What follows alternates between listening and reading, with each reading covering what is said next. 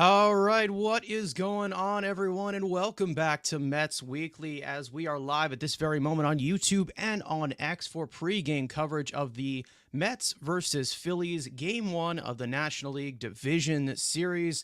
Now, before we get into all the craziness, the Mets are about to kick off in Philly in about an hour and a half. Before we get into all of that, I want to remind everyone to hit the subscribe button to the Mets Weekly YouTube channel if you have not already, for live recordings of the Mets Weekly podcast following every Mets postseason game. For those of you watching on live or on playback, you want to join the conversation in the future, make sure to turn on those post notifications to know when we go live. After tonight's game, we will be going live for episode number 91 of the Mets Weekly podcast. But as for right now, for those of you in the live chat, I want to let you know we love reading your comments, your questions, your concerns, and everything that you feel like you need to say in the moment about this team because of all the craziness. And if you feel like you're being ignored, you're not being ignored. You're just being starred throughout the show so we can pull up as many as we can to keep the flow of the conversation going. Also, remember to follow Mets Weekly on X and on TikTok, where we just wrapped up my co-host Frank's post-game thoughts after every single Mets regular season game, titled The Mets Frankly Postgame. We will have some future content over there, probably after the postseason is done. For our audio listeners, make sure to follow us on all your favorite listening platforms to not miss the new episodes of the podcast that go up at 9 a.m. the following day. So without further ado, let's get into this pre-game show of Game 1 of the NLDS, Mets versus Phillies. Now, for those of you tuning live right now, you may notice that I am alone on the screen. There's no Frank, there's no Andrew. Don't worry, they will be back for our post-game episode tonight. Now, I thought about hosting this pregame alone today, but it's the postseason, not the preseason, excuse me.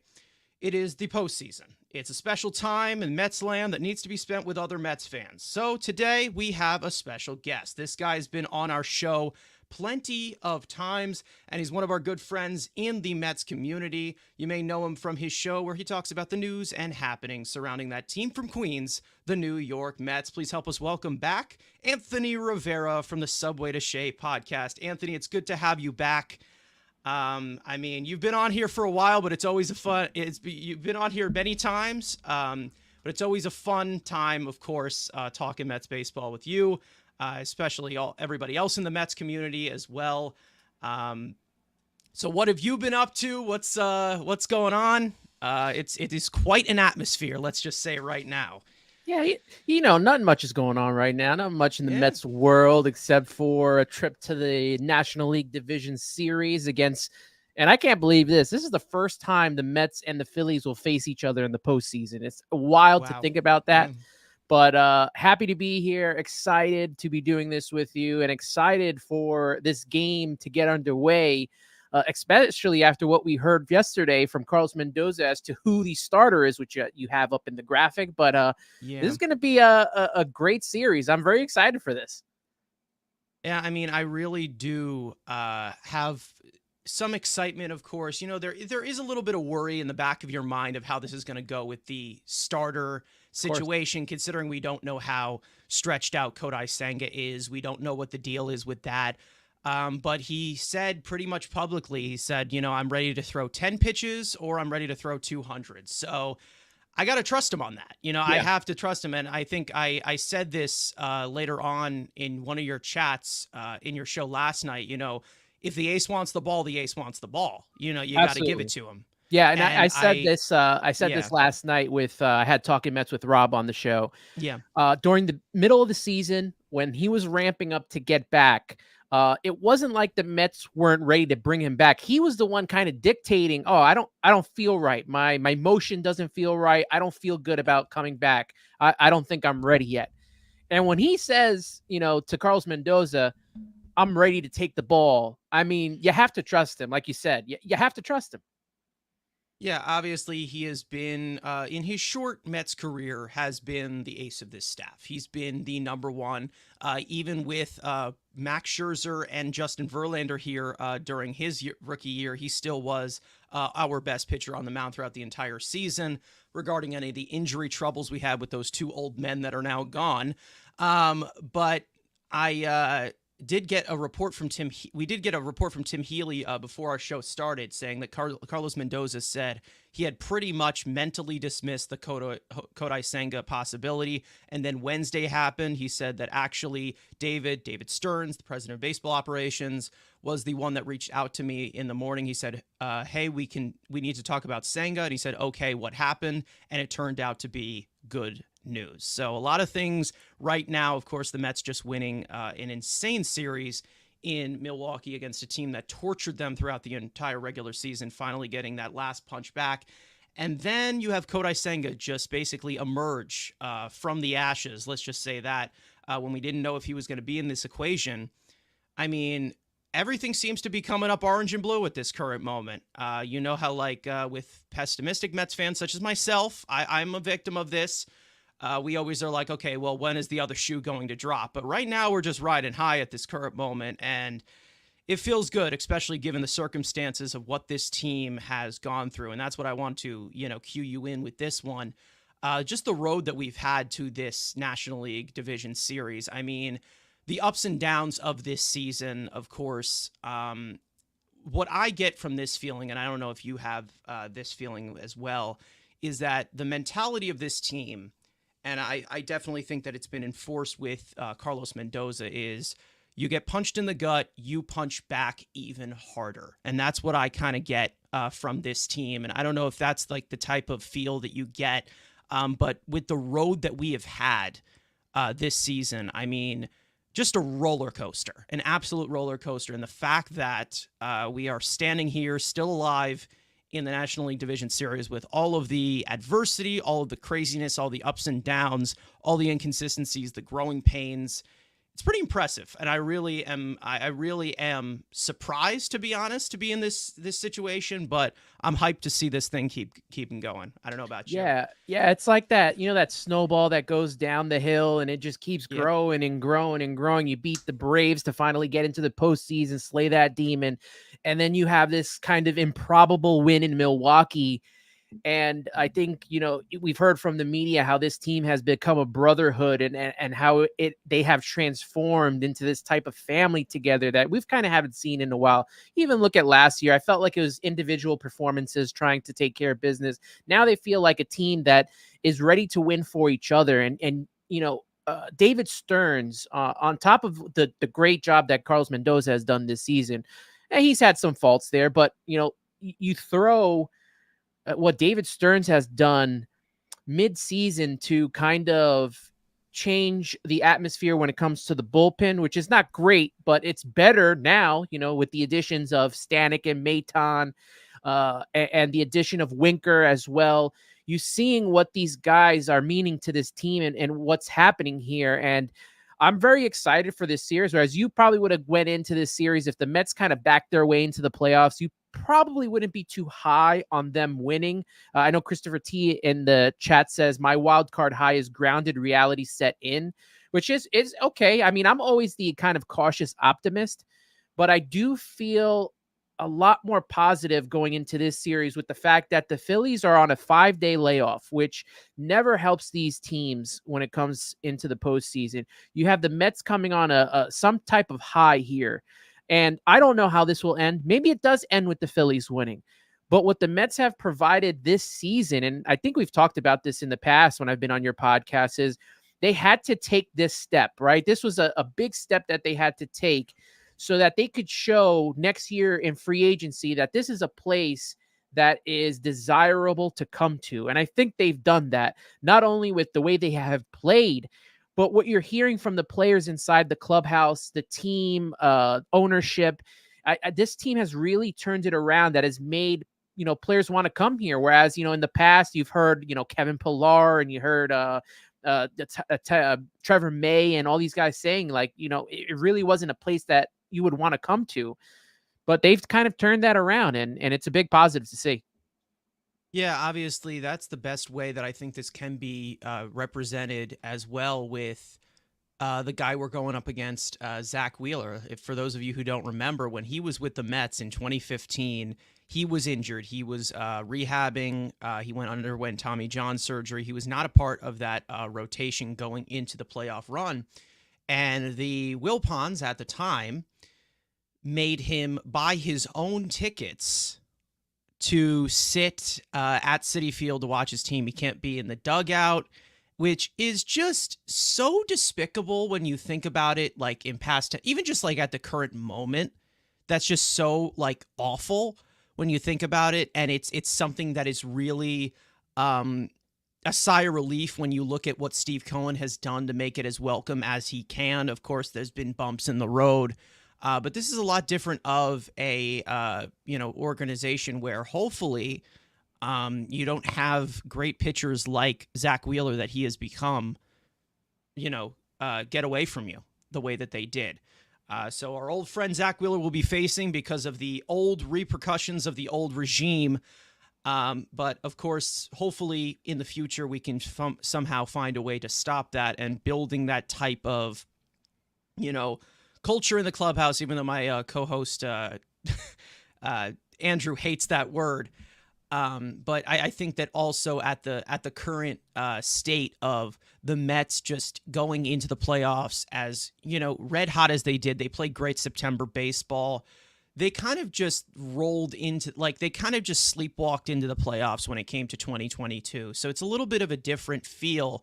And with the team getting as hot as it has, and just basically just having drama in their bones the way that they have had and just fought back constantly, you feel like you can carry that momentum through a postseason run. You've seen that many times with a lot of our division rivals as well recently. The Phillies Nationals, the Phillies as well. The Nationals, 2019? They started off like 19-33 or 31, and they went all the way to the World Series. The Braves got red hot in 2021, went all the way to the World Series and won it. The Phillies did not win the division in 2022. It didn't even matter between the Mets and the Braves because the Phillies ended up being the victorious team and going all the way. You had the Diamondbacks, who are not in their division, but also they had a hot run. So whatever team catches fire, they make a deep run into the playoffs mostly. And that's the main reason as to why I think that this wildcard round is going to be disbanded eventually, because of how these top teams kind of come out flat in the division series, and it kind of damages the product a little bit. But we're not here to talk about the regulations of Rob Manfred, because that would be a totally different live stream. But I mean, what a road it has been. I mean, it really has been incredible. And you're saying that at currently, going into a division series, I mean, this is one of the early rounds of the playoffs, and it has been a hard-fought battle through 162 games and then some. So, I mean, it really has just been just an incredible ride to watch, especially from the way that they started down 11 games under 500, that whole turn in June, of course. I mean, to get to it where they are right now is just, I mean, it really is just a movie in the making right now. And speaking of movies in the making, that Game 3, of course, I want to touch on it. Of course, I have to ask a fellow Mets fan who was not on our stream 2 days ago after the post game, just the overall storybook ending that they had in that Game 3. It's not just the comeback. It is not just against a team that has destroyed them all year, like I said. It is against one of the best pitchers in all of one of the best relief pitchers in all of baseball. And it came down to a moment of someone who has not come through in Pete Alonso in a contract year. Possibly it could have been his last AB as a Met. I didn't like how the ESPN broadcast was basically putting that as the story when you're in the middle of a playoff game. Yeah. I also had my dad was upset about that. So he's like, I'm glad that Alonso shoved it up their ass there. But, I think that just the way that game went out, I feel like we can definitely get used to that, of how it's been. Like I said, you get punched in the gut, you punch back even harder. I don't know what your full-on reaction from that is, but I mean, just a special moment for Pete Alonso, who's really been struggling in those moments all year. Yeah, he has struggled all season long with runners in scoring position. And, when you get the opportunity to go into the playoffs, it's kind of a clean slate. You're starting at zero again. It's a fresh take. And you would think, maybe I have this opportunity to turn it on. The playoffs is where you get your money, right? Like Daniel Murphy earned his money in 2015 Oh yeah. because of the playoffs. And you were kind of hoping that Pete would kind of get that. And the first couple of games, I mean, he was game one, he drew a couple of walks, which is fine, and helped them score a couple of runs. But game two, he looked bad. Most of game three, he looked bad. And then even us talking in the chat, when he missed that pop fly ball, I think we were all like, this is how this is going to end for Pete Alonso. Like, that's going to Yeah. be, That's it. the last, that's the Carlos Beltran moment, right? Like, Carlos Beltran will Yeah. always be remembered because of 2006, unfortunately, and the strikeout to Wainwright. This will be Pete being remembered, unfortunately, for that pop-up. And, then you go to the ninth, and I'll just say this. Pat Murphy played all his cards correctly. He did nothing wrong. Absolutely nothing. You could not have scripted that for him and the Milwaukee Brewers better. Just that, Devin Williams, I guess, tipped his hand with his pitches. And I know John Boy put the video up that, he was showing his pitches and they were able to pick it up. And your guy, I got to give credit to your guy, Jeremy Barnes, for seeing that and talking to Pete before the at-bat. And then he hits that home run. And when I saw it off the bat, I didn't think it was gone off the bat. And, you see Frelick going back, and I'm like, he's going to jump and catch this at the wall. Is he not? Because, like, that always happens to the Mets. Yeah. They always, it's caught at the wall. The Ender and Ciarte play, like that typical, once he gets it out, like, we're all screaming here. I mean, I almost jumped out of my pants watching that. But, you go back and I've looked at the replay multiple times, and it's only on the ESPN broadcast. Pete's the only one that knew that was gone. He laughed as he was hitting that ball.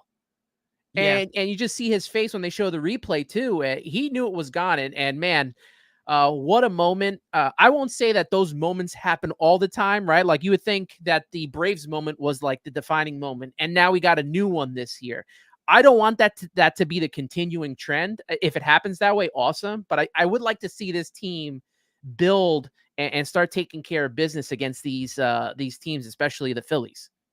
Yeah, I mean, when you come into games with the Mets this year, it's always a feel of, and I talk about this all the time, it's just one of the main reasons why I get very, very critical of the head hitting coach, not named Jeremy Barnes, with how this offense can sustain throughout an entire game, because they have just such a tendency to have two different levels. There's 0 and then there's 100. The best offensive innings that they had in this series against the Milwaukee Brewers, that 5-run inning in the 5th in game 1, and then you had a 2-run inning or a 3-run inning or something in the second game, and then you have a 4-run explosion in the 9th against one of the best relievers in all of baseball. Like, it seems like it comes from volume with this offense, and I feel like at one point, and I'm not trying to sound negative at any point, but at one point that's going to catch them. And I feel like that's something that I have a main concern in the back of my head as to where maybe there's going to be a few games where they just don't catch fire at any point in any inning. I mean, I like to see that. I love how this team feeds off of each other. They get the rally done, because we have seen many Mets teams in the past. Here comes the fake comeback. Down 2 runs, they get a few guys on, they ground into a double play, they pop up. It's like pulling teeth when you've looked at it. But now when you see them get these rallies going in this crunch time, and they get the job done pretty much 99 times out of 10. Sometimes it happens. It's baseball, 162 games, but they've been able to come back as much as they have. I'm pretty sure they have, about like 25 comeback wins this year. I mean, they have the most in all of baseball by a pretty good margin. I'm not sure who the next team is. Somebody will have to probably look that up and fact check that for us. But when it comes to the Mets just fighting back the way that they do, it's really hard to sustain sometimes. And I get nervous, of course, to see a team just like not hit through 8 innings, and then just like in the next inning, they just completely come out with a bang. And not only do they come back, they take the lead and then some. I mean, it's a little concerning. Let's just say that when you have, good pitching that you're facing in the postseason. But we have seen this team fight all year, and you're like, okay, well, maybe we do have to trust him on this, that maybe they do stage a comeback and fight all the way back. And we and talked do what about they this can do. during, Yeah. our chats about small ball versus hitting the home run. And we saw small ball in game one. We saw small ball in game two. They couldn't get it lick in game three. And what you say about the postseason and how important home runs are, we saw it in the ninth inning, how important Yeah, that there you was. go. That's the Yep. only home run they hit in that series, too. And I thought that they were better as a power team than Milwaukee was. And Milwaukee's the one that was hitting all the home runs. And those were big home runs, the two Churio ones, the one from Yep. Bauer, the one from Frelick. So, home runs are very important to this game. It could silence a team once that happened. Luckily for the Mets, it didn't. And they bounced back with their own power finally. So we'll see what happens in this Philly series. I have a good feeling playing in Philadelphia. The Mets always play well in Philadelphia. If their pitching staff and their bullpen can hold up, I have a really good feeling about this. All they have to do, honestly, is split. Yes. Just Just get the steal a split. And game. to Yep. me, take game one. If you can take game one and take Zach Wheeler's game, that is a big confidence. That changes everything. And that changes the game plan for Philly moving forward. Maybe Aaron Nola has to go then in game two, just so they could get that game back. Maybe they switch things up. Who knows? But taking game one to me is so important, and they got to silence the crowd. That's a big thing. Silence that Yeah. crowd because they are more raucous than they are in Milwaukee. Oh yeah, I mean the atmosphere of the playoffs is crazy, but let's just say Philly has put it on full on display recently with their playoff runs.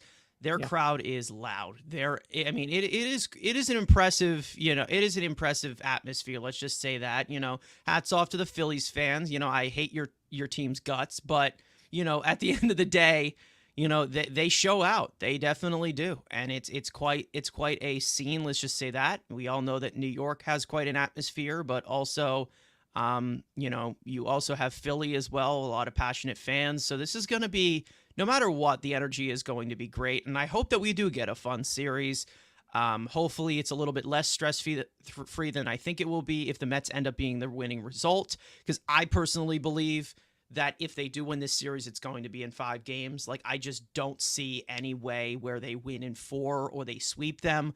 But I've been wrong before, and I've Yeah. been fake pessimism, if you want to call it, and they've just told me to shut up. So you know what?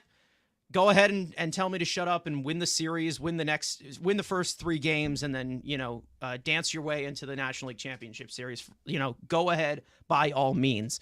But I mean, just the last thing that we can touch up with the Pete Alonso home run, and talking about like how usually when the opponent out homers the other opponent, they usually do win. Like it's basically like the efficiency rule of like 85 times out of 100 in the postseason, home runs do it because runs come at a premium. You're facing great pitching.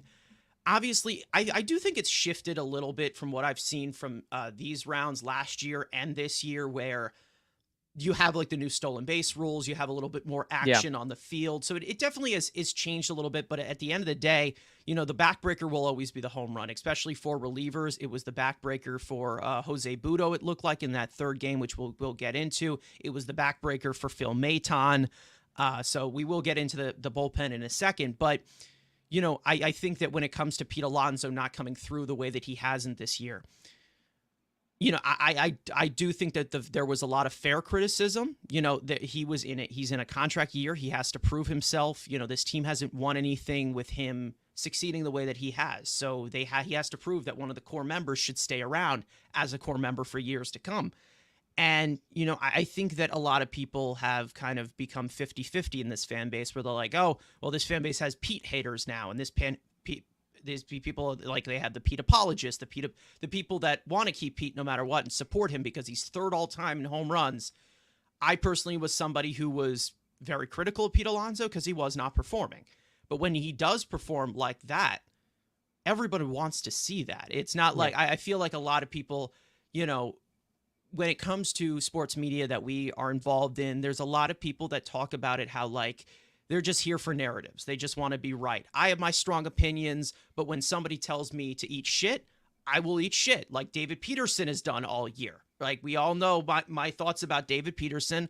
Will it keep up? Who knows? But right now, he's been one of the big contributors to this team winning this year. So when it comes to Pete Alonso not being one of the main contributors to this team winning this year. He was going to catch some heat, especially in a contract year. We know that he is capable of it, and that was the main reason as to why.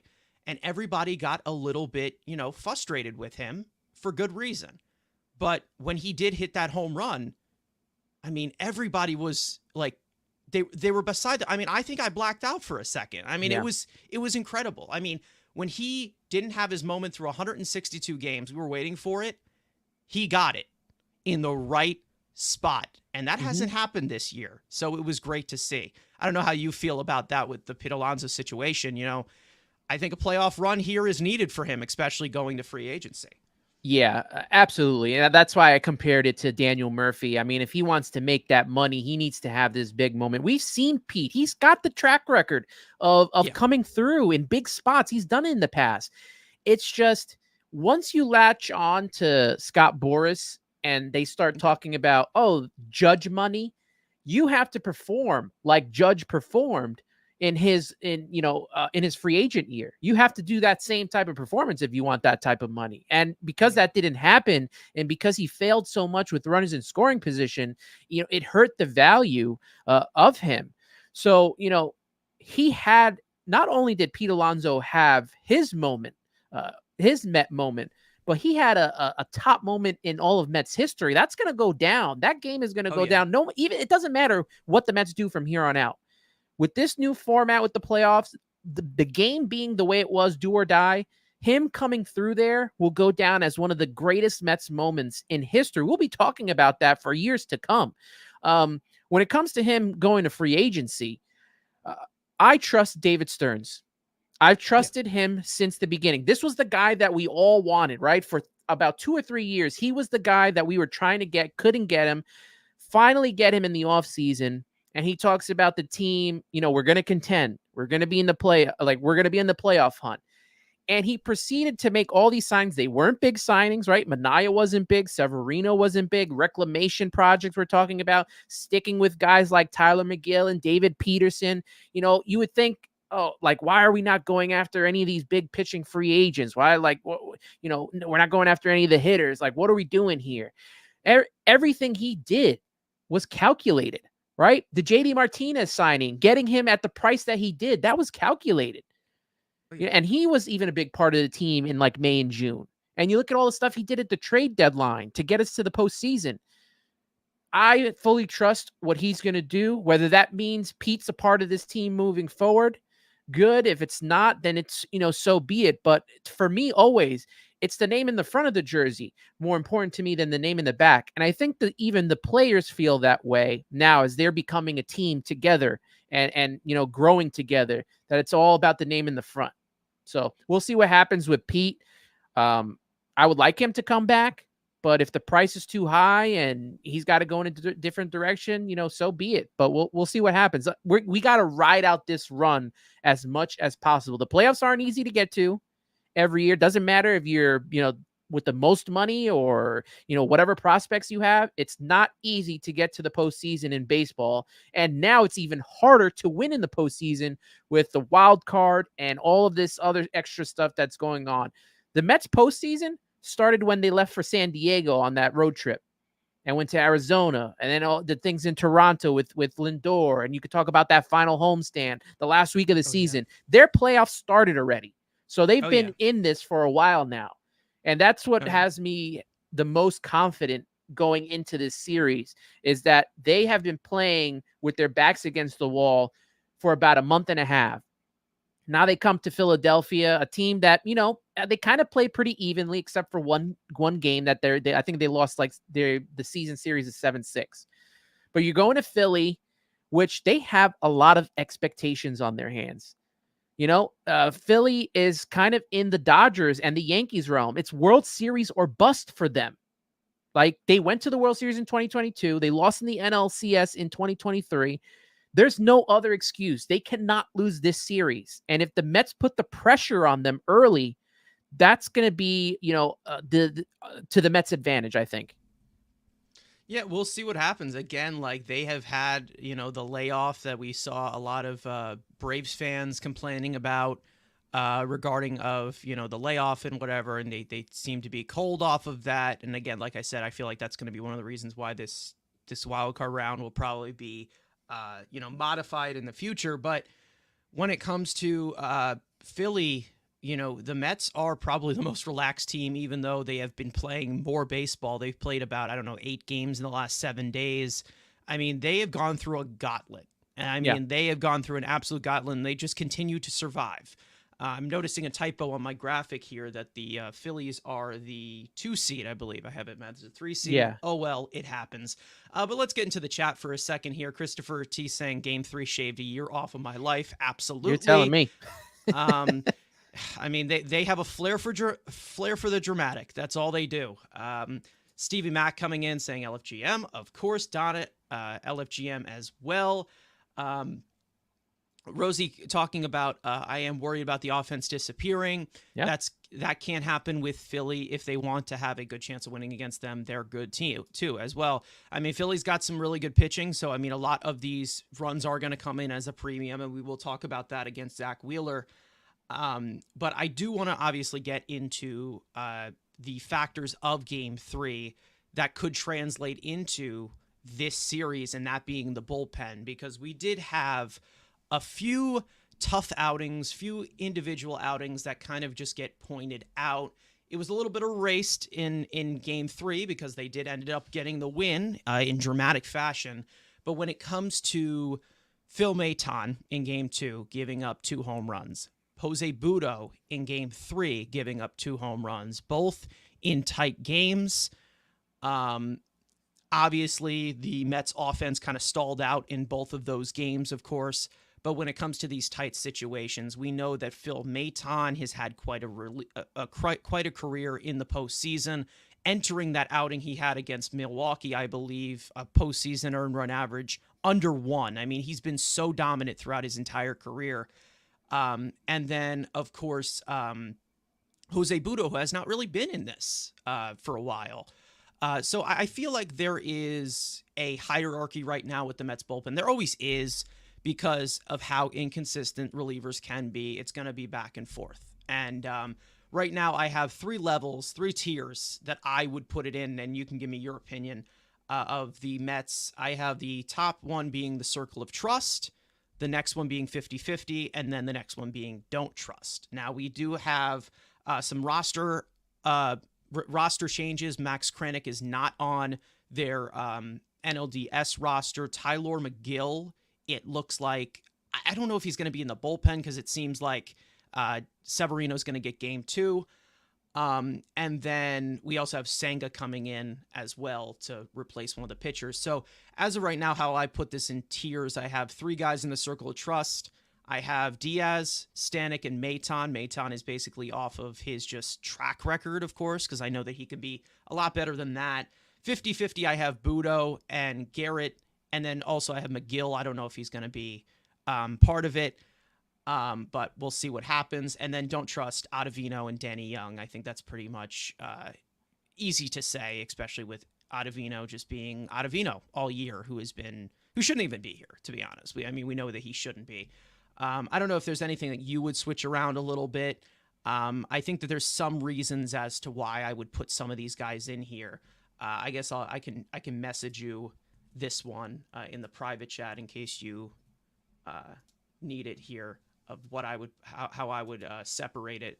If there's anybody that you would kind of move around here at the current moment, because again, it could change because of how finicky relievers are. But right now, this is how I feel going into those tight postseason games that you're going to have against this Phillies team. Yeah, I do think Budo could possibly be in the circle of trust. If you look at his first game, where he pitched 2 shutout innings, the problem is, and we heard this during the pregame show and from all the media, that him pitching 2 innings in a row does not, he needs more than 1 day rest. And we saw the problem with that. So I don't know why they went to him, and especially against the lefty, which is why I agree with you that I don't trust Danny Young. He's the reason, to me, and I tweeted this out, that Jose Budo failed, because if Danny Young was any useful, he would have been in that spot trying to get the lefties out, and he wasn't. Absolutely. And then they went to David Peterson to get them out in the ninth.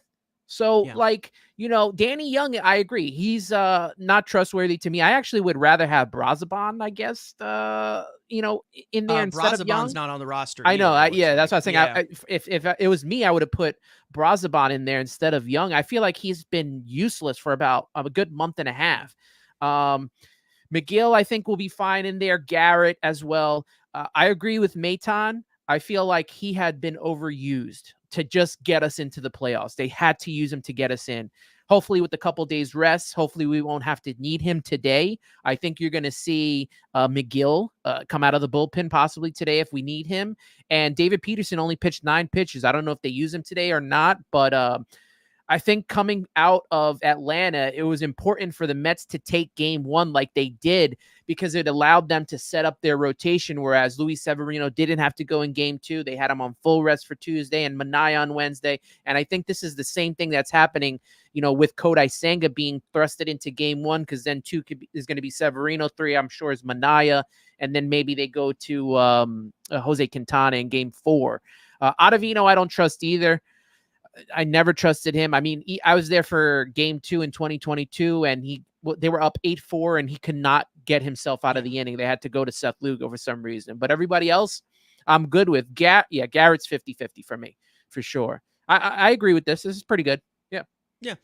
I think that when it comes to Jose Budo, and one of my co-hosts, Frank, he definitely talked about it, where the amount of innings that he pitches, the next time that he pitches, he needs to get that many off days. So yeah, he pitched 2 innings in the first game. He should have got 2 days off.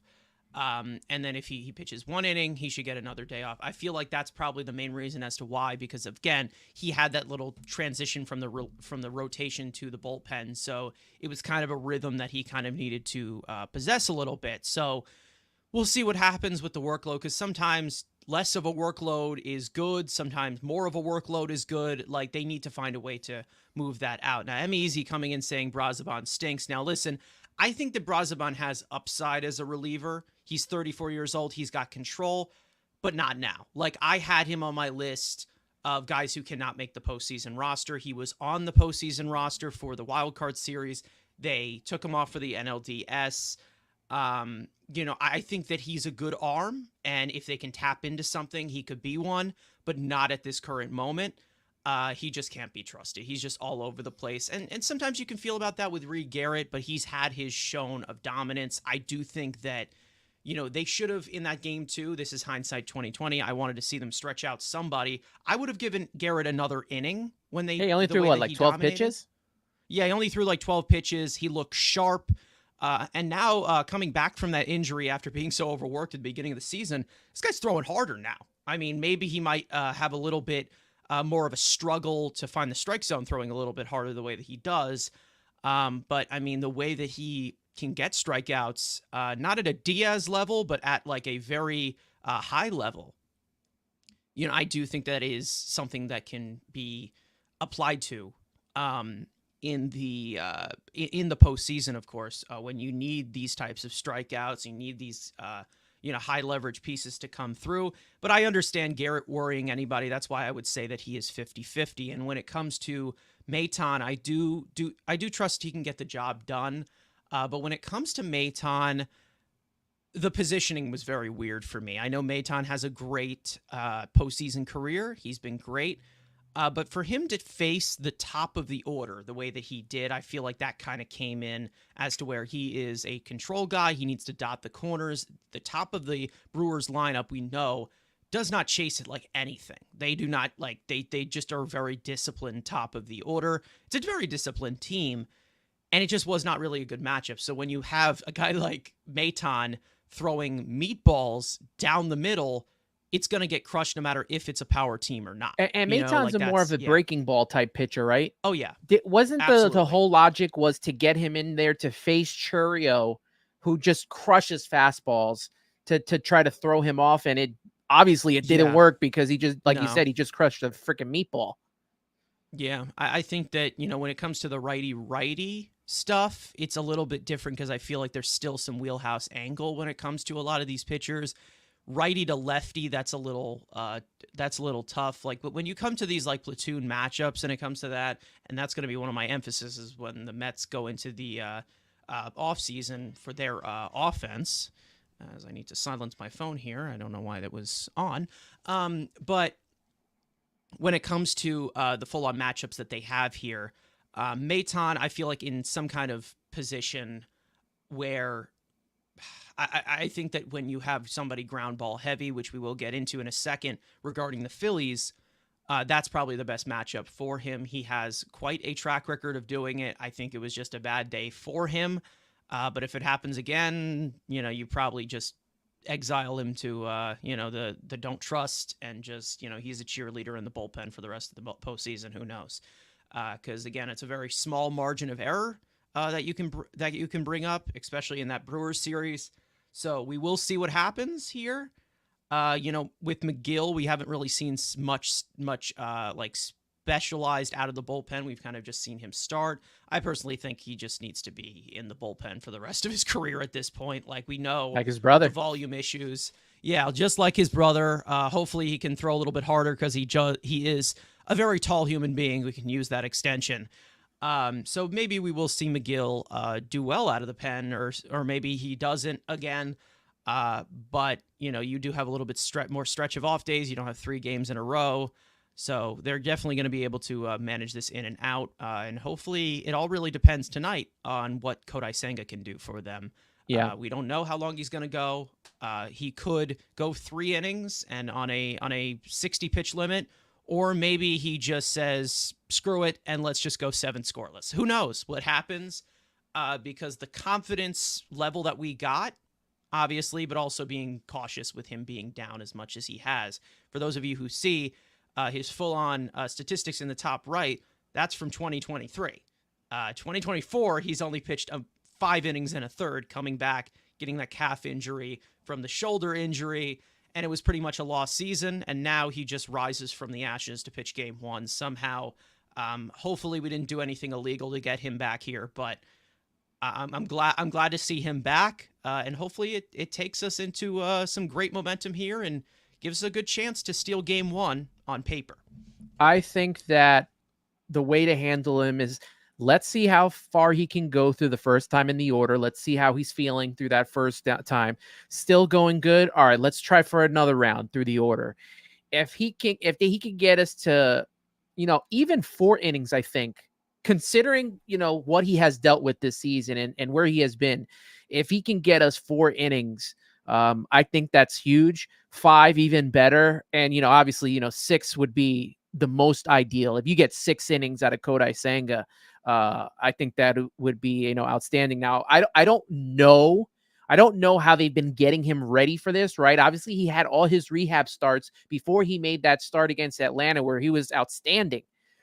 I don't know what he has been doing to get himself ready. I think they said he's been facing live batters, but like, that's not the same as 1, playing in games, 2, playing in the postseason. Yeah. So we'll see what happens, how he's handled. A lot of talk has been that he has been one of the biggest post-game pitchers, like, in Japan. So, he already knows, how to handle this situation. As opposed to someone who has really not done well in postseason in Japan, being Yoshinobu Yamamoto. So that might be something to look at. Yeah. I'm just saying, that was like one of the main concerns when the Mets were talking about Yamamoto and all these postseason teams going after him, such as the Yankees and Dodgers and also the Mets. So, we'll see, but you can continue. If you well, yeah, and that's why McGill and I think David Peterson are going to be of the utmost importance in this series, because McGill's going to give you innings. Budo also is going to give you innings, but he probably needs a day or 2 off, so you can go to McGill earlier on in the series and then go to Budo later on if you need to. And we really don't have a lefty to get out. Kyle Schwarber and Harper, and I think Stott is another lefty, Marsh. That's where David Peterson comes in, because we can't really count on Young. David Peterson is going to be coming out of the bullpen more often. I'm pretty sure he's coming out at a high after getting that save on Wednesday. So for him to be this important and integral to this, team in this postseason, I think that's going to be huge. I think both McGill and Peterson are going to be a huge part of this series. Yeah, I mean, I think that there is going to be a do or die point in this series about McGill and Peterson. Of course, I also think that there's going to be one regarding Sean Manaea. Of course, when you talk about the lefty and everything, I've never been one to really talk about platoons and like be somebody who puts on one like full on emphasis on them. But when it comes to lefty and the low arm slot that Manaea has kind of perfected now from Chris Sale coming over and dominating the Mets on one crazy night at Citi Field, that's definitely going to be a factor as well. And he's a big strikeout lefty, lots of fastball whiffs. But again, we're not talking about Sean Manaea at this current moment. We probably won't until Game 3, which will be at Citi Field. But as for our opponent being Zach Wheeler, I do want to get into some notes regarding him. The full-on rundown. So for those of you who don't remember, Zach Wheeler used to be a New York Met, and he showed some flashes of greatness. Sometimes he didn't. Sometimes he struggled. Sometimes he struggled to stay on the field. But ever since coming over to the Phillies, he's been quite raising to another level. Let's just say that. For those of you who don't know, he is a 6-pitch right-hander as of this point in his career. 4-seam, 41% of the time, 19% sinker, 13% sweeper, which is actually more of a slider in characteristics, 10% curveball, 10% cutter, and then his split finger, which is 7%. Now, the best graded pitch that he does have is his sinker, which has always been the case for Zach Wheeler throughout his entire career before he even came to the Phillies. And of course, sits 95, 96, tops 98, over 17 inches of glove side run. And of course, the grades 122 stuff plus, 100 command plus, and a 117 pitching plus. As for the rest of his arsenal, high spin fastball that sits 96 to 97, tops 99, only 15 inches of induced vertical break, but incredible shape, capped off at a 4 VAA, which is what you want it hovering around, which is just elite shape. A tight spinning sweeping action slider with arm side break, low 80s dropping action curveball, and then that hybrid gyro splitter, which also you can prefer to as a changeup if you prefer. Other things you got to look out for: he has the very long arm angle, kind of similar to Garrett, kind of similar to what Garrett Cole did to perfect his game, which allows him to get so much deception with the kitchen sink arsenal. He does not walk many. He loves to challenge hitters with primary and secondary velocity, such as his 4-seam and his sinker. He is a predominant fly ball pitcher. He has gotten a little bit more ground balls this year. The quality of contact, or if you want to talk about xWOBA, best way to look at that, against all 6 of his pitches have landed in the top 25% this season among starting pitchers. I mean, he's just been lights out this year. However, left-handed hitters have posted a 785 OPS versus his fastball and a 767 OPS against his cutter. So left-handed guys are going to be probably one of the main factors. Lindor, Nimmo, Winker is going to be somebody to look out for as well. And then also, if you want to go in terms of history and write the books, Wheeler, his last 4 starts have not been fantastic against the Mets. 26.2 innings pitched, 31 hits, 11 earned runs, 2 walks, 19 strikeouts, which brings out to a earned run average of 3.71, but it's not great. But they still have been able to get to him and stay in the game with a good pitching performance. So they've definitely seen Wheeler many, many times. Let's just say that. But I think that, when it comes to Zach Wheeler, there are a few factors here when it comes to not letting him get into a groove. And I don't know if there's anything else you would like to add on that, because this is, one of the best pitchers in the game. We've seen him a lot, of course, as a division rival. And as for him, I think you just got to get to him early, because we know that no matter what, he's going to go the distance if you let him to. Yeah. I mean, Cy Young candidate every year.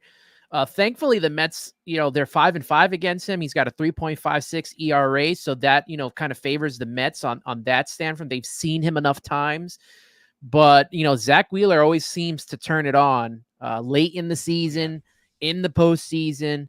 So if the Mets have the opportunities like they did in Game 1 and Game 2 of the wild card, where they had men in runners in scoring position, they have to capitalize this time. There's no playing around with Zach Wheeler because, like you said, he could throw a complete game in the postseason. So they're Oh, going to yeah. have to get to him, and it'd be nice if they could do it early. You knock him out, get into the Phillies bullpen, and we could see what happens there. But Zach Wheeler is no one to mess with. He is a legit, really good starting pitcher, and he's been all season long, and ever since he signed that contract with the Phillies. Yeah, and that's what earned him what was it, the 3-year, $130 million extent, something like that, during the offseason, Yep. where we were kind of somewhat hoping that maybe he'll come back in free agency. No, that ain't going to happen. He's staying in Philly. But I mean, you can see him passing the 200 inning threshold this year. I mean, the guy's a workhorse. I mean, that's what he is. And when you let him get into a groove, it's going to, it's definitely not going to benefit. I know that we let him get into a groove last time we faced him, and then Nimmo got the best of him. But that was a pretty stressful game. Sometimes the ball doesn't roll your way and hit third base like it did with Francisco Alvarez throwing to third.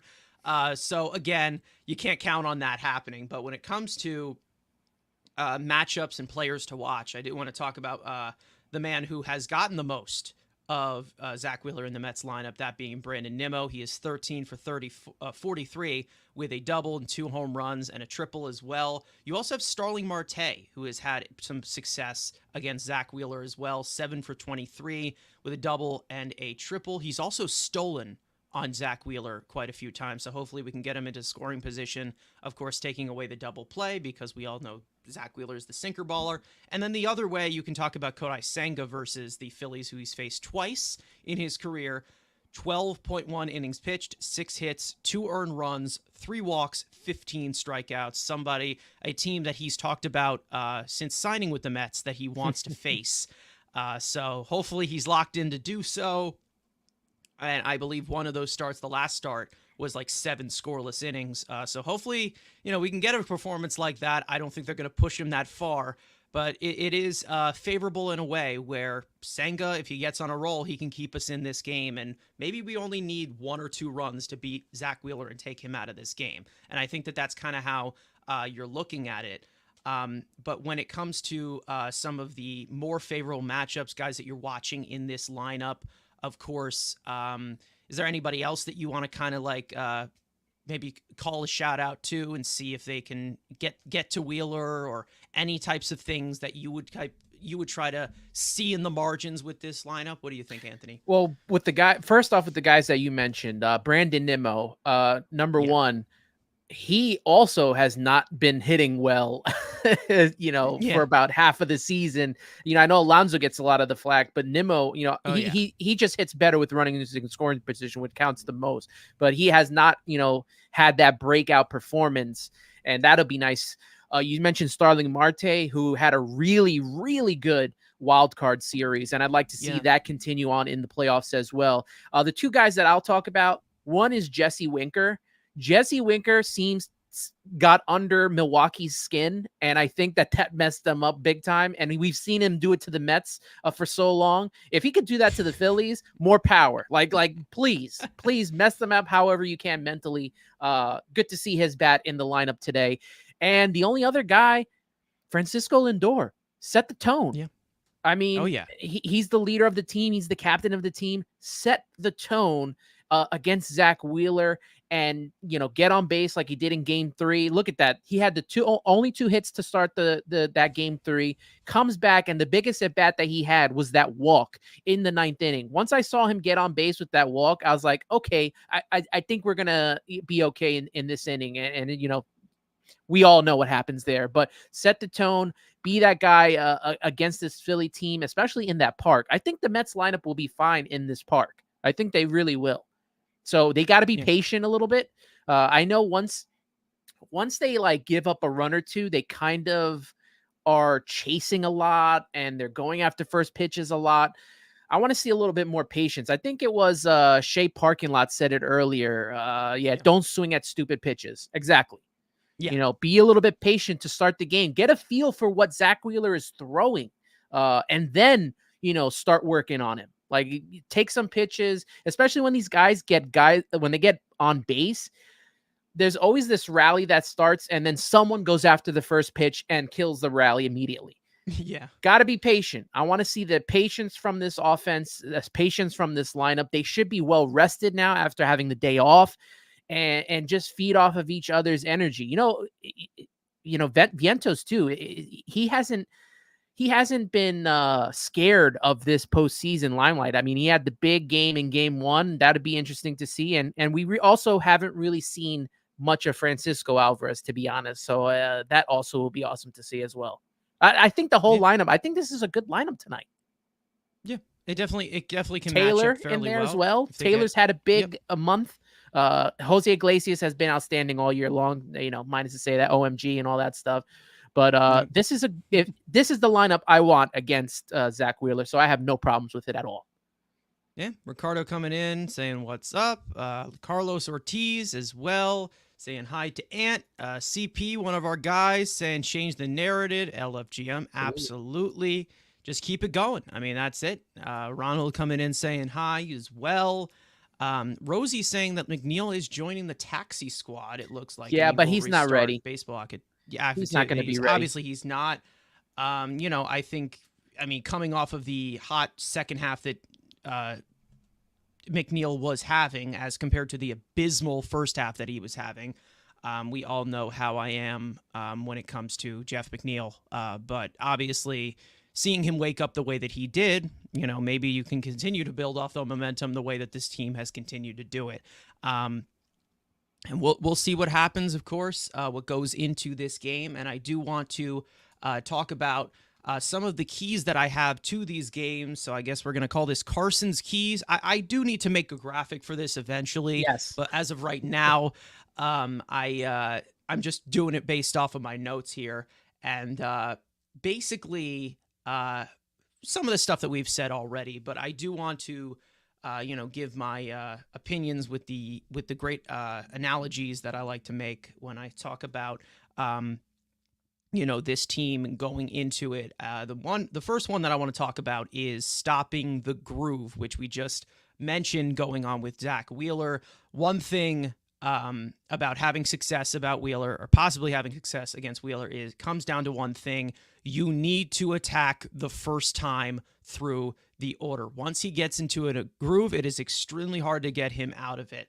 Hitters are posting just a 561 OPS against Wheeler the second time through the order, and a 589 OPS the third time through the order.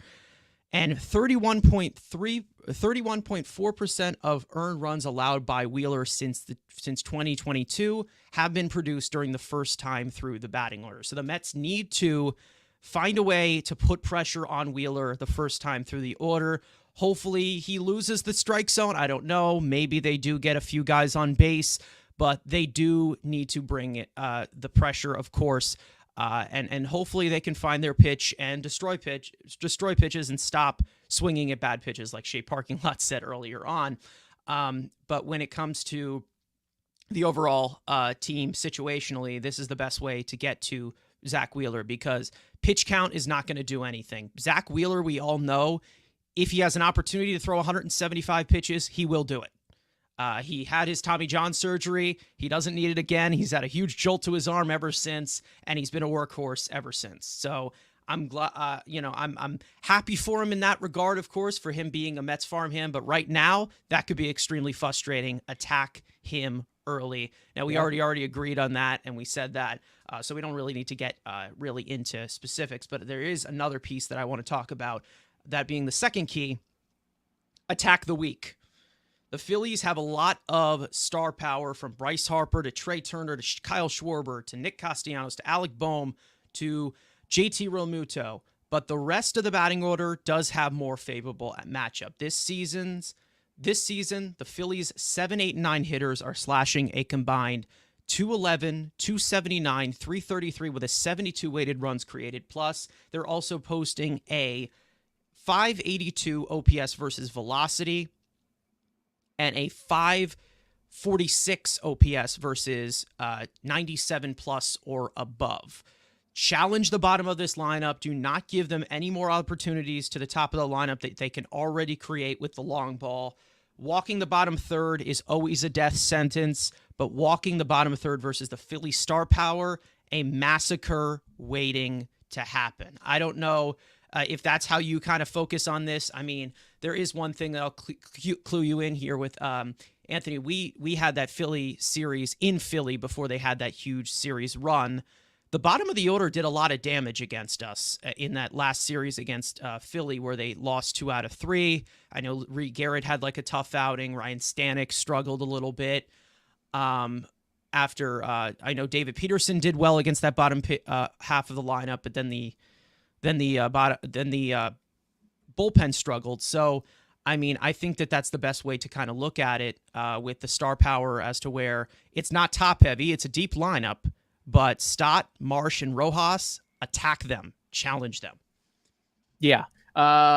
We saw what would happen in this Milwaukee series if the Mets, and especially the Braves too, what would happen if the Mets, did not take care of business against that bottom of the order. Once it came to the top of the order, that's where the damage is done. So got to stop nibbling, right? We've seen this Mets pitching staff nibble so much during the season.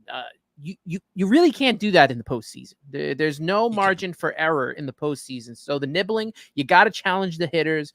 I can't believe with Real Muto and Marsh at the bottom of that order that was that bad of a stat for them. I thought that they would be better, but it's only better because Realmuto has been batting 7th since he, like, I don't know if it was came back from injury or something, but like without him, it's pretty much even worse.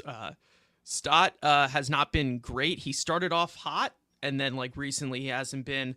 Marsh hasn't been the best this season, and then Rojas is not the best. And then they also had other guys coming in here like Cody Clemens, of course, the son of Roger Clemens, who Mike Piazza has a great career against his dad, as we were told by the Citi Field scoreboard many times. But when it comes to just attacking this part of the lineup, don't give them more opportunities to attack you, because not only does it come to great battles when it comes to Mets versus Phillies, usually you have like a great comeback win, a great walk-off win mixed into one of a Mets Philly series. Then you have like a blowout that happens from either side.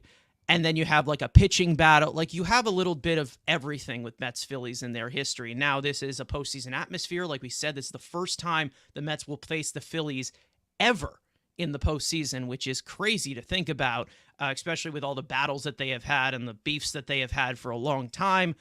From recently, Rhys Hoskins, the 2000s, the late 2000s Phillies with Rollins, Utley, and Howard. It's crazy to see that this is the first time they face in the playoffs, but we all know that it is going to be quite a battle. Let's just say that, and you got to make it a little bit easier on yourself attacking that bottom part of the order. And we have to remember, just because they've been bad during the season, that might not translate to the postseason. This lineup is playoff tested. It's been for the last couple of seasons. Most of these guys have been here. Turner has been in the playoffs, with the Nationals, with the Dodgers, Schwarber. I mean, he's with the Cubs. All of these guys are playoff tested, and you're gonna have to challenge them. You can't nibble around them. You're really gonna have to get these guys out, and it's going to be a tough task, but I think that this Mets group is up to the challenge. I think that their aura right now that's going around this team is something that's going to help them out here. Yeah. Fellowship of the Tables coming in saying that he's a Phillies fan, checking in. Don't hate me. We don't hate you. Hate. We hate your team right now. We want to beat them. But you know what? It's all respect at the end of the day. Hate's a strong word. May the best team win. Yeah. Hate's a strong word. Yeah, obviously. But when it comes to getting these guys out, there is one more time. There is one more piece that I have to this team. Now we are going over the hour here, but there is a lot to get into, obviously regarding this. Um, but although the Phillies are a massive line drive team, they find the barrel of the bat fairly well. They are a great hitting team. They do roll over to the infield a lot. The Phillies are sixth in the majors in the highest ground ball percentage and have grounded into 117 double plays this season, which is fourth in the majors. Locating sinkers and mixing in more off-speed stuff, such as Kodai Senga and his forkball as well, when pitching from the stretch could help the Mets throw out a subpar team regarding sprint speed outside of Trey Turner, who we know is just dominantly fast. 6 out of the 9 hitters in the Phillies lineup have a ground ball rate in the league's bottom 25 percentile. So it is the best way to record outs against this team, against a very slugging lineup. Work the ground, which is why I'm calling this key the grounds crew. Keep the ball on the ground, because even though some of those hits may come through, the run prevention, as to what David Stearns has emphasized, it's definitely going to be something that gets them out of these situations against also a Phillies team that is one of the best, and probably the best actually, in all of baseball situationally, with runners in scoring position as well as high leverage. We already know that a lot of these guys come through when it matters late. But when it comes to the ground ball, again, that's a good matchup when it comes to Kodai Senga. I know that, you were talking about that on your show last night as well, regarding the ground balls. But this is a good matchup when it comes to it, and that's the main reason why I said, I think yesterday, when I said that Peterson's probably the better matchup than McGill, when we knew that Senga wasn't even in the equation. Peterson has just been incredible with the ground balls this year. And, I was like, okay, well, I'm not kidding. I'm not actually kidding, because we all know my thoughts about David Peterson. But when it comes to the ground balls, I think that that's just the best way to really get this team out, because it's really proven that these guys, they have an uppercut. It works. They have a good hitting squad, but sometimes there's, some streakiness involved, and hopefully they can catch them at that time. Yeah, and more of an emphasis for that infield to be stellar. I mean, it includes Mark Vientos. He's been good defensively, but this is up another notch here. If you're going to be taking this many ground balls, we all know what Lindor can do. Pete Alonso is a pretty adequate first baseman, no matter what anyone says. I think there was a video that came out today on all the scoops that he did. And the percentage of that was like in the 90s of how he's been able to scoop balls up. So he'll be fine. And Iglesias is a defensive wizard. So it's going to be up to a guy like Vientos to anchor that and make sure that, he's on his game when it comes to those ground balls. Yeah. When it comes to Pete Alonso and his defense, I mean, I think that he, in some aspects, he can be subpar and can make those mistakes. But he's definitely a lot better than he was in his rookie year. We can say that. As for the scoops of these ground balls, that's going to be one of the main factors, of course, with this team that hits a lot of ground balls. But when it comes to, when people talk about him statistically defensively, it's more of just his range, which is not great. And you don't really expect a 6'3", 250-pound guy to be that range filled as compared to somebody like Matt Olson, who's very lanky and has a lot of ground to his right and his left. But I think that when it comes to scooping things out of the dirt, of course, even though we do have some good arms there, they're very strong. But again, some can be inaccurate. We also don't have the best fielding pitchers. Let's just say that. Sometimes they can get wild. Some of them fail to cover first base sometimes. So, there are some debacles that happen there, but I think that, the defense is going to have to definitely step up when it comes to the infield, because yes, this team can hit it over all of our fielders' heads into the stands. But when it comes to the launch angle, uppercut types of guys, there's going to be a lot on the ground too. So they're going to have to come through when that matters. And don't extend the inning. Let's just say that, because you're gonna set up a very good situational team. So as for all those keys, of course, like I said, stop the groove, keep Wheeler from getting into a groove, attack the weak, go after the bottom of the lineup a lot more. Don't put yourself in bad situations. And then the grounds crew, which means that the Mets need to take advantage of inducing ground balls. It's like something that they've actually done fairly well towards the end of the season, as compared to what they were doing at the beginning, where they were just walking everybody and giving up a bunch of stolen bases. But as for the last talking point that I want to talk about, it involves everybody watching here. For those of you in the YouTube chat for Mets Weekly, I know this is on Anthony's YouTube channel as well, and it's on his Twitter and our Twitter. But as for ours, I asked you guys, who do you think will win Game 1? 58% of you are saying the Mets are going to win this one. 22% of you are saying the Phillies are going to win this one. And 19% of you are pleading the fifth. You guys don't want to jinx anything. You don't want to put anything out there. I just put that as there because I know that a lot of Mets fans get a little nervous, and you always need a third option when it comes to this stuff. But other than that, I think we'll close it off here because we do have the game starting off. Usually we give it a half hour, but we went a little bit over. Of course, because, the conversation is always captivating when it comes to the Mets, especially in the postseason. This doesn't happen that much. For those of you who are coming over and know our channel, for those of you coming over from Anthony Rivera as well, make sure to subscribe to both channels as well. Follow all of us. The links are in the description for Anthony Rivera and all of his personal stuff and all of his podcast and all that stuff. All those links are in the description. Follow my co-hosts as well, everyone individually. Follow us on Twitter and TikTok for content over there as well. Let's just say, every single time that we go into the playoffs, it's always a special moment because I'm hoping that it's not as special as it usually is, because I want it to happen every single year. I want this to be a yearly occurrence that's sustainable winner where we're like, okay, well, we know that we can get into here. We know we've proven that we can be in the playoffs and be one of the best teams. And I'm hoping that it continues to be sustained, which what has continued to go. But for those of you in here, again, like I said, subscribe button, hit the like button as well on all streams. Anthony, thank you for joining us as well. Sorry you couldn't reach my co-host this time. They decided they had better things to do.